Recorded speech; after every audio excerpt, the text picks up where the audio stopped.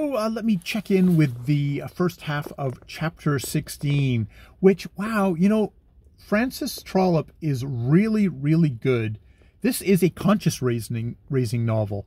It is obviously aimed at a middle-class audience, an audience that aren't factory workers, but is meant to rouse, obviously, the people up above to, like, what the fuck are we doing to these people, these poor factory workers?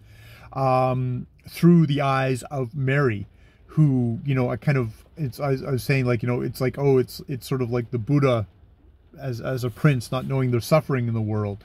And it's like, this is Mary being educated by the suffering in the world. And Francis Trollope doing that thing of actually humanizing it. Now, I think she does do the thing of, she has the noble poor person for Mrs. Armstrong, Mchl's mother, is she keeps herself clean, she's dignified, she is, but, you know, we also see, like, in this one, she comes to Mrs. Armstrong's, her back half of the house that she's leasing, and sees Mrs. Sykes, who is probably much more, you know, weary, beaten down, dirty, doesn't have stockings on, is kind of listless, you know, doesn't talk in as elevated a tone. She obviously didn't work as service at one of the big houses in an earlier part of her life.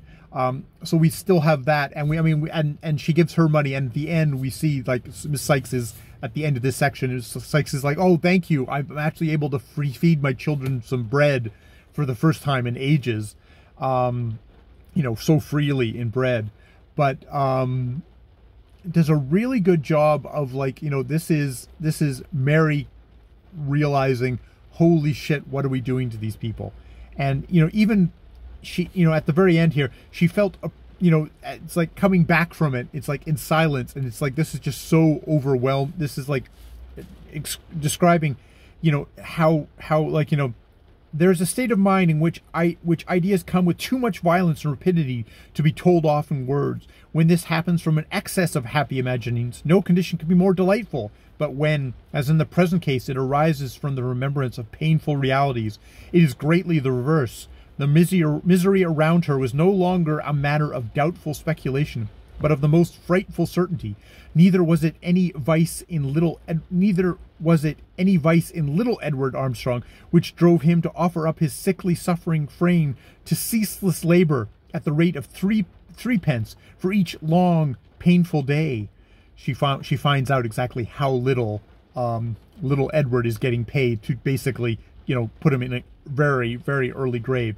She felt oppressed, overwhelmed, and almost hopeless. Yet, at that time, Mary Brotherton knew not, guessed not, dreamt not of the 100th part of what the unhappy class who had thus roused her human sympathies were daily and hourly suffering around her.